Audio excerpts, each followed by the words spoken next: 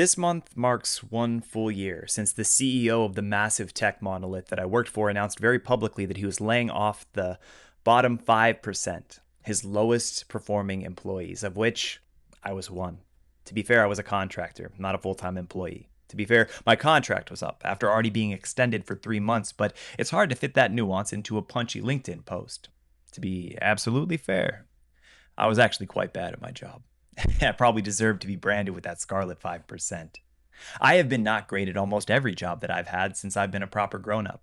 That isn't to say that there weren't brief but triumphant moments of brilliance, that I haven't done things that I am proud of. I can curate one hell of a profile of work that has made other people a lot of fucking money, but it almost always felt like a lie, like an act. Never was this more true than at the massive tech monolith. Being a contractor pays well, but it is what those douchey manosphere grifters with spray on pants call poor rich.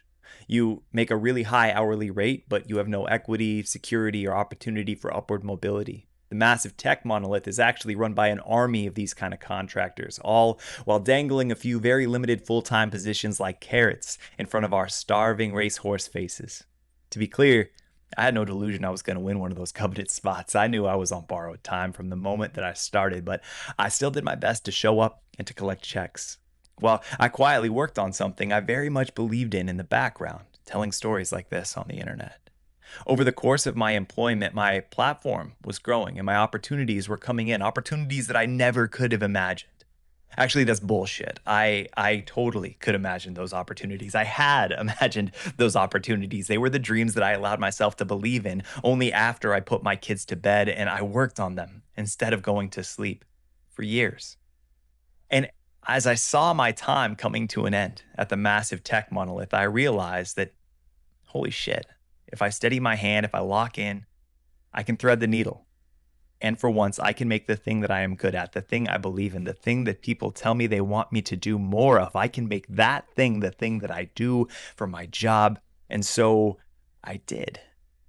There was some planning and then some runway, but I don't have a trust fund or rich parents. So the risk here is very, very real. However, there is another risk, one that is perhaps more romantic and fun to talk about. See, I believe that most of us, most of the time, resign to lead a life that doesn't quite fit. Like a pair of shoes that are too big, or like a blanket that is too small, we stumble. We fold ourselves up. We accept a safe and familiar ache, a dull but steady pain that we know instead of a discomfort that we don't, of our potential. I think most of us are too willing to give up on the belief that what is out there might be worth it. Before even trying, we say, well, that's good for them, but it can never be me. And in doing so, we ensure that it never will be because we do not allow ourselves the opportunity to even fucking try in the first place. I decided I was simply no longer willing to not give myself a chance. And that's what I did. I'm not telling you to convince you to do what I did. I've made a lot of mistakes and I have lost a lot of sleep, and I am certainly by no means making the amount of money that I was trading my life 1 hour at a time at the tech monolith. But I am to some degree actually doing this. 12 months ago, I updated my LinkedIn to say that I left my position at the massive tech monolith, and I have not updated it since. Someday I may be asked in an interview to explain this gap in my resume, and I will be able to proudly tell them that I took a risk.